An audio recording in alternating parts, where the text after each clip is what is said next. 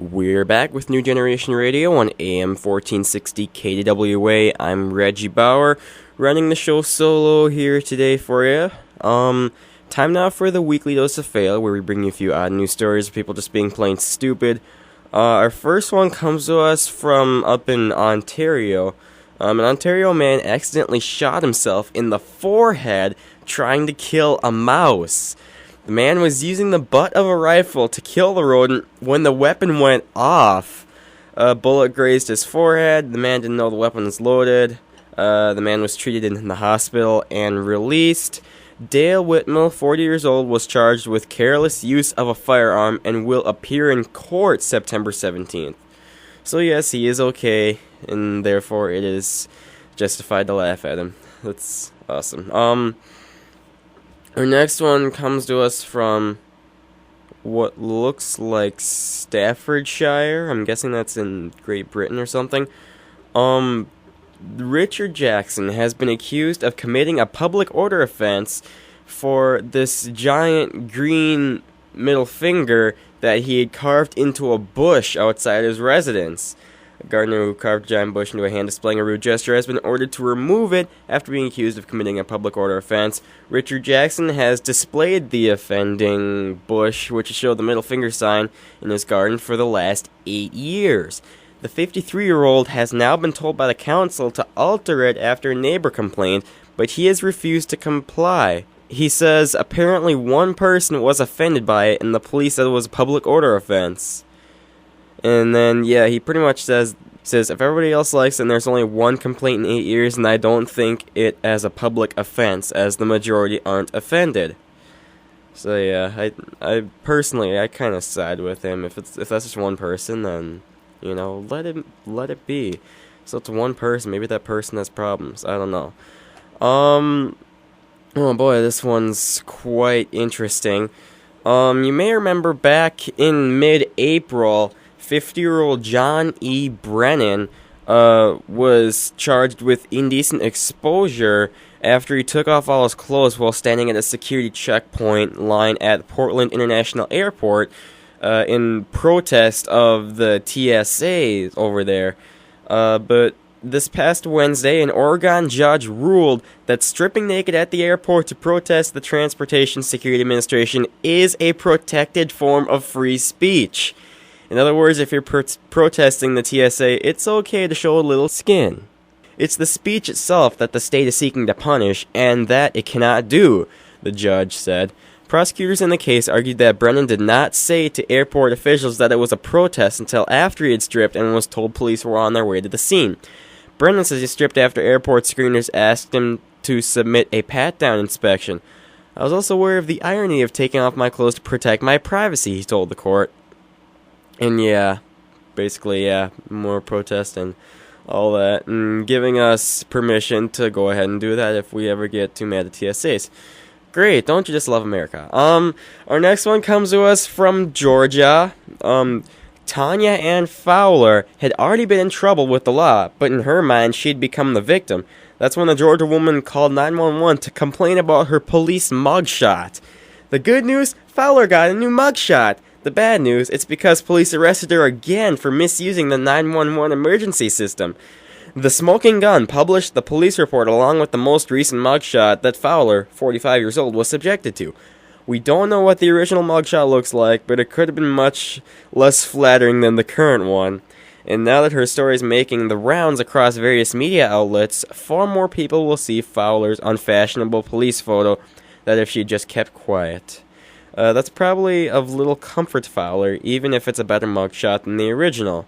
The original mugshot was published in Bad and Busted, a local Georgia publication that features police mugshots. Yeah. Alright. Yeah, good for her. Or not so good, whatever. It doesn't say, like, if she's getting any jail time or anything like that, though, so I don't know. If I ever see anything about that in the future, I will be sure to let everybody know. We have an archive for you here. I've got, like, this big, folder. I collected a lot of, news stories during my 7th grade year, and I'd print them out, and I have this folder here sitting in the studio that I occasionally pull stories out and read them in. That's what you're hearing now. This archive is from January 14th, 2010. It's from South Central Sweden. The floor of a Weight Watchers clinic in South Central Sweden collapsed beneath a group of about 20 participants in the weight loss program. The Weight Watchers participants had gathered in the group's facilities to see how much weight they had lost. As it turned out, however, people's weight was not the only thing to fall. We suddenly heard a loud, huge thud. We almost thought it was an earthquake, and everything flew up in the air. The floor collapsed in one corner of the room, and along with the walls, one of the participants told the newspaper. Then the floor started to give way in other parts of the room. Shortly thereafter, the smell of sewage began to waft up into the room. We're going to have to find a replacement premises, Weight Watchers consultant Therese Levin told the newspaper. But the Weight Watchers did not let that damaged floor stop the evening's weigh-in. When everything had calmed down, the participants instead moved the scales to a nearby corridor and set about seeing how many kilos they had shed, and this time the floor held. No one was injured in the incident, and at the time the cause was still under investigation. And I haven't really looked into, anything more about that, but I'm assuming they probably figured out probably faulty construction or something like that. Am I off the air now? Alright, good. We have the extra story for those of you that are listening to us on YouTube. Right now, I am off the air for this part. Went off the air at the 6:16 mark on that YouTube video. And this bonus story comes to us from Nottingham, Great Britain, I believe. A mom gets a schoolboy a stripper for his birthday. A schoolboy was given an unexpected surprise for his 16th birthday when a stripper turned up in his drama class. The stripper, dressed as a policewoman, had been booked by the boy's mother. What? Who had apparently asked for a gorilla to mark her son's big day. The woman even asked the teenager's teacher at the school and college, it's a college, to film the event so that the family could see his reaction. Okay, before we go any farther, my question is, a 16-year-old in college? That's pretty good. Anyway, moving on. On arriving halfway through the lesson, the stripper walked the unnamed boy around the class on all fours like a dog.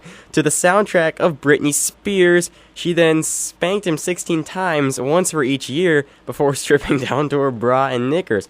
It was only when she asked the schoolboy to rub cream on her that the shocked teacher called a halt to the show.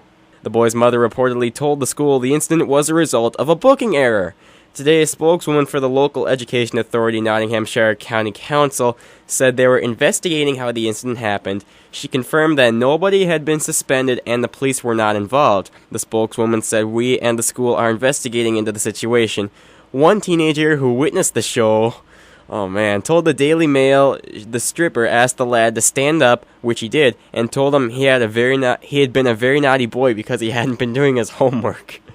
Then she put on some Britney Spears music and got out a collar and lead from her bag and told him to put them on. No one could believe it. She ordered him to get on all fours, led him around the classroom, and hit him 16 times, once for each year, on the bottom with her whip. Wow. Then she took off some clothes until she was down to her bra and pants, and all that I do repeated that. So yeah, a spokeswoman for the school said Nottinghamshire County Council was handling the incident. The teenager said the boy ran out of the classroom while the stripper calmly packed her bag and left. Wow. Man, can you imagine? Yeah. Alright, well, be sure to subscribe to this YouTube channel, and we will put another story up next week. Stay classy.